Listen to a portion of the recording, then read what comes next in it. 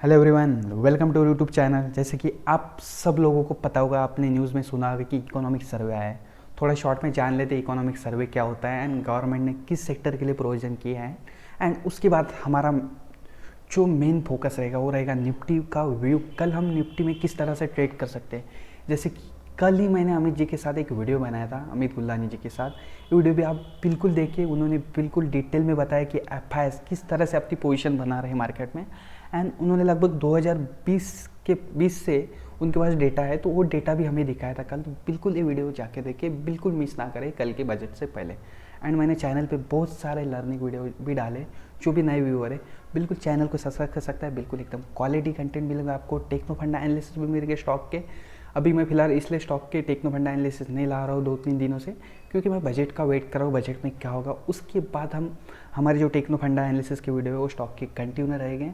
And मैंने learning video भी डाले, लगभग 1,500 लोग इसे देख चुके हैं। MACD वाला वीडियो था, एक डाउ थ्योरी वाला भी वीडियो था, सर्किट कैसे लगते क्यों लगते हैं इसकी भी क्यूरी आई थी, उसका भी वीडियो है, डाउ थ्योरी का भी वीडियो है। बहुत सारे वीडियो चैनल पे लर्न करने को भी है, चैनल में बहुत सारा है, एंड अर्न करने को भी बहुत सारा है। तो बिल्कुल लर्निंग एंड अर्निंग दोनों अपॉर्चुनिटी आपको मिलेगी। तो बिल्कुल चैनल को सब्सक्राइब किया है तो चैनल को सब्सक्राइब कीजिए। अभी देख लेते हैं इकोनॉमिक सर्वे होता क्या है शॉर्ट में, जो नए लोग हैं जिनको बिल्कुल नहीं पता। इकोनॉमिक सर्वे मतलब गवर्नमेंट जो है अपना सर्वे पेश करते हैं, मतलब गवर्नमेंट का व्यू क्या है। जो मतलब अभी जो हमारा फाइनेंशियल है स्टार्ट होगा 2022 से 2023 वाला, उसमें गवर्नमेंट किस तरह से सोच रहे हैं, मतलब कौन सा सेक्टर किस स्पीड से ग्रो करेगा। गवर्नमेंट इस इकोनॉमिक सर्वे में ये नहीं बताने वाली कि कौन कितना पैकेज, कितना अलोकेशन, फंड का अलोकेशन कौन से सेक्टर को दिया है। सिर्फ गवर्नमेंट इतना बताएगी कि उनका व्यू क्या है इस सेक्टर के बारे में। एंड जो लास्ट ईयर का इकोनॉमिक सर्वे था, मतलब 2021 से 22 जो ईयर था, उसमें गवर्नमेंट ने क्या क्या अचीव किया वो गवर्नमेंट ने इस इकोनॉमिक सर्वे में बताया ना। आगे उनका फोकस किस पर रहेगा वो उन्होंने बताया। जैसे कि आपने अगर इकोनॉमिक सर्वे पढ़ा है तो आपने देखा होगा कि इंफ्रास्ट्रक्चर का जो सेक्टर है, गवर्नमेंट ने कहा है कि लगभग 10.7%, मतलब 10% से भी ऊपर रफ्तार से ये सेक्टर ग्रो कर सकता है। एंड बहुत सारे सेक्टर है, बहुत जगह गवर्नमेंट का फोकस रहेगा। अभी किन सेक्टर पर कर फोकस होना चाहिए बजट में। बजट में सबसे पहले तो जैसे मेक इन इंडिया डिफेंस को गवर्नमेंट प्रमोट कर रहे हैं, तो डिफेंस वाले स्टॉक हो गए, PSU स्टॉक जो हो गए मेन, उस पर आपका फोकस होना चाहिए। जैसे कि BHEL भेल हो गया, BEL हो गया, एंड PUC बैंक भी देखना चाहिए। गवर्नमेंट डिसइन्वेस्टमेंट की जो न्यूज़ थी लास्ट टाइम, तो डिसइन्वेस्टमेंट कुछ बैंकों में करने वाली, तो उनकी भी न्यूज़ है। एक BPCL जैसा स्टॉक हो गया। जो भी PUC सेक्टर है उन पर फोकस होना चाहिए। बाकी प्राइवेट सेक्टर में अगर देखा जाए तो जैसे कि गवर्नमेंट इंफ्रा पे फोकस करे। अभी गवर्नमेंट इंफ्रा पे क्यों फोकस कर रहे हैं, क्योंकि गवर्नमेंट चाहती है कि इंडिया में जॉब क्रिएट हो, गवर्नमेंट चाहती है कि इंडिया में मैन्युफैक्चरिंग बढ़े। अभी मान लीजिए कोई अगर प्लांट या फैक्ट्री लगते है किसी रिमोट एरिया में, ऑब्वियसली गांव के बाहर या सिटी के बाहर ही फैक्ट्री रखेंगे, उसके बाद वो शहर बढ़ता जाएगा। अगर वो शहर बढ़ता जाएगा तो क्या होगा, उसके लिए अगर कोई फैक्ट्री रखती है तो वो जो मैन्युफैक्चर कर रही है फैक्ट्री, उसको पूरे देश में पहुंचाने के लिए हमें इंफ्रास्ट्रक्चर लगेगा। एंड उसके बाद वर्कर भी लगेंगे, वर्कर वहाँ रहने आएंगे तो बिल्कुल उन्हें घर लगेंगे तो बिल्कुल रियल एस्टेट सेक्टर की में भी डिमांड बढ़ेगी। रियल एस्टेट सेक्टर के बाद मेटल सेक्टर का भी नंबर आएगा, क्योंकि घर बनाने के लिए मेटल का भी यूज़ होगा, सीमेंट का भी यूज़ होगा। मतलब ओवरऑल सीमेंट, मेटल, हम इसे इंफ्रा में भी कंसिडर कर सकते हैं। रियल एस्टेट को भी अगर हम इंफ्रा में कंसिडर करें तो इंफ्रास्ट्रक्चर पे आपका फोकस होना चाहिए। एंड एक सेक्टर जो कि इलेक्ट्रिक व्हीकल वाला, उस पर भी आपको फोकस होना चाहिए, क्योंकि मार्केट इतना गिरा, बट ऑटोमोबाइल वाले स्टॉक ने स्ट्रेंथ दिखाई है हमें इस फॉल में, इस गिरावट में। देखिए इतना बड़ा निफ्टी में फॉल देखा हमने, बट ऑटोमोबाइल में हमने स्ट्रेंथ देखी। एंड निफ्टी का मैं FI का डेटा वगैरह बाकी तो डिस्कस नहीं करूँगा, क्योंकि अमित जी ने इस वीडियो में डिटेल में बताया। बिल्कुल आप ये वीडियो जाकर देखें, इसकी लिंक मैं इस वीडियो के डिस्क्रिप्शन में डाल दी है मैंने, तो बिल्कुल ये वीडियो भी जाकर देखिए। मैं चार्ट पे मेरा व्यू बताना चाहूँगा। जैसे कि मैंने इस वीडियो में भी मैंने एक्सप्लेन किया है कि मैंने 24 जनवरी को एक एलेट वे के हिसाब से ये वाला चार्ट ड्रॉ किया था। एंड उसके द्वारा मैंने लगभग कहा था कि निफ्टी 16,000 तक आ सकता है। ऐसे कुछ भी मैंने वेव ड्रॉ की थी।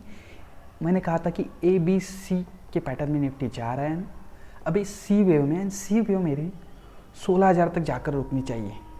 तो बिल्कुल 16,000 जा सकता है क्या, तो चांसेस तो मुझे ज़्यादा लग रहा है, क्योंकि देखिए अभी इकोनॉमिक सर्वे तो पढ़ना हो चुका था, 3:30 बजे से पहले इकोनॉमिक सर्वे पढ़ना हो चुका था, बट फिर भी मार्केट ऊपर नहीं गया। इतना सब कुछ पॉजिटिव था, सब कुछ पॉजिटिव न्यूज़ थी बजट में। और बजट में तो पॉजिटिव है निगेटिव वो तो हमें कल पता चलेगा, बट इकोनॉमिक सर्वे में बहुत सारी पॉजिटिव बातें थी, फिर भी मार्केट ने कोई रिएक्शन नहीं दिया।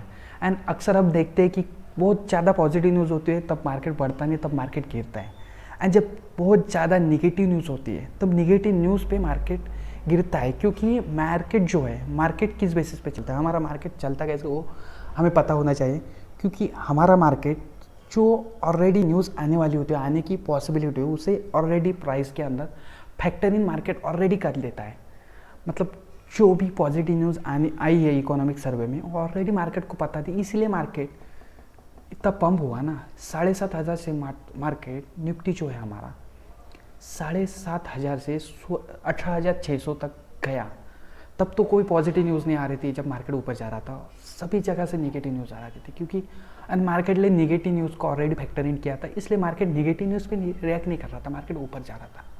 अभी जो इकोनॉमिक सर्वे उसमें मैंने ऑब्जर्व किया कि पॉजिटिव बातें बहुत सारी थी, बट फिर भी मार्केट ने जैसी चाहिए वैसी रिएक्शन नहीं दी, पॉजिटिव रिएक्शन नहीं दी, क्योंकि मार्केट ने ऑलरेडी वो पॉजिटिव बातें फैक्टरिंग कर दी है, इसलिए मार्केट ने 18,600 का हाई लगाया। ऑलरेडी वो पॉजिटिव बातें मार्केट ने एंटिसिपेट कर ली थी। अभी अगर बजट अगर नॉर्मल होता है तो उम्मीद तो है नॉर्मल बजट होगा, क्योंकि जो जिन स्टेट के इलेक्शन है वो कोई इतने बड़े डेवलप स्टेट नहीं है, जैसे कि यूपी हो गया, वहाँ ज़्यादा से ज़्यादा बजट गवर्नमेंट क्या करेगी, जो प्रधानमंत्री किसान योजना है उसकी राशि बढ़ा देगी, या जो राशन वाली स्कीम चालू है, उज्ज्वला योजना चालू है, इन सब स्कीमों पे गवर्नमेंट फोकस करेगी, ना कि जो बाकी इंडस्ट्री पे ज़्यादा फोकस करेगी। मतलब सोचे कि गवर्नमेंट की जो इनकम टैक्स प्लेयर है उन्हें ज़्यादा रियायत दी जाए, क्योंकि income tax player in state में नहीं है। इनकम टैक्स आपको पता है सबसे ज़्यादा 50% इनकम टैक्स भरता है दिल्ली एंड महाराष्ट्र। तो बिल्कुल गवर्नमेंट का फोकस इन बातों पे नहीं होगा, गवर्नमेंट का फोकस जो गरीब लोग हैं उन पर ऊपर होने वाला है। तो इसीलिए बजट पे मुझे तो नहीं लगता कि एकदम ज़्यादा पॉजिटिव कुछ होगा, नॉर्मल पॉजिटिव बातें हो सकती हैं। नॉर्मल पॉजिटिव बातें मार्केट ने ऑलरेडी एंटिसिपेट कर लिए, हम कल देखेंगे। कल अगर आप मेरे टेलीग्राम ग्रुप पे नहीं जुड़े तो बिल्कुल इस वीडियो के डिस्क्रिप्शन के नीचे टेलीग्राम एंड ट्विटर की मेरी लिंक दी गई है, आप जाकर ज्वाइन कर सकते हैं। मैं वहाँ भी अपडेट डालूँगा। मुझे अगर डेटा टर्न होता हुआ दिखता है, निगेटिव होता हुआ दिखता है मार्केट में, लाइव मार्केट में, तो बिल्कुल मैं मैसेज डालूंगा ना, आप निफ्टी को शॉर्ट करने के लिए देखिए, क्योंकि मुझे नहीं लगता कि मार्केट ऊपर जाएगा। अभी लास्ट टाइम क्या हुआ था, लास्ट टाइम सब कुछ निगेटिव था, बजट में भी इतना कुछ खास नहीं था, बट मार्केट जब स्टार्ट हुआ तब बजट पढ़ना स्टार्ट होना था, तब ऑलरेडी पुट राइटिंग बढ़ रही थी। अमित जी ने भी इस वीडियो में डिस्कस किया है कि ऑलरेडी पुट राइटर आ रहे थे, दिख रहा था कि डेटा रैंडमली ऐसे एक अच्छे खासे तरह से पॉजिटिवली चेंज हो रहा है। डीआईजी डेटा को चेंज करेंगे, उसके बाद एफआईएस ने आकर उनको ज्वाइन किया, मार्केट हमारा लास्ट टाइम ऊपर गया था, क्योंकि लास्ट टाइम सभी नेगेटिव था, नेगेटिव कंडीशन में मार्केट ऊपर गया। अभी पॉजिटिव कंडीशन है, पॉजिटिव कंडीशन में मार्केट ने ऑलरेडी उसे फैक्टरिंग किया, तो हो सकता है मार्केट गिरे, क्योंकि देखिए जो फ्राइडे का हाई था उससे भी market as a closing base पर अगर हम देखें तो क्रॉस नहीं कर पाए। तो बिल्कुल आप कल शॉर्ट करने की सोच सकते हैं मार्केट में। ये था ओवरऑल मेरा वाला व्यू, मैंने शेयर किया। एंड डिस्क्लेमर ज़रूर है कि आप कोई भी अगर ट्रेड लेना चाहते हो तो बिल्कुल अपने फाइनेंशियल एडवाइजर से पूछ के लिए मैंने मेरा व्यू एक इन्फॉर्मेशन जैसा वीडियो है, और आप इसे एक एजुकेशनल वीडियो की तरह ले सकते हैं, क्योंकि ये कोई बाय सेल वाली रिकमेंडेशन नहीं है। एंड अगर वीडियो अच्छा लगा है, वीडियो से कुछ सीख रहे हो तो बिल्कुल चैनल को सब्सक्राइब कीजिए, एंड वीडियो को हो सके लाइक कीजिए, एंड हो सके उतना स्प्रेड कीजिए। Thanks for watching.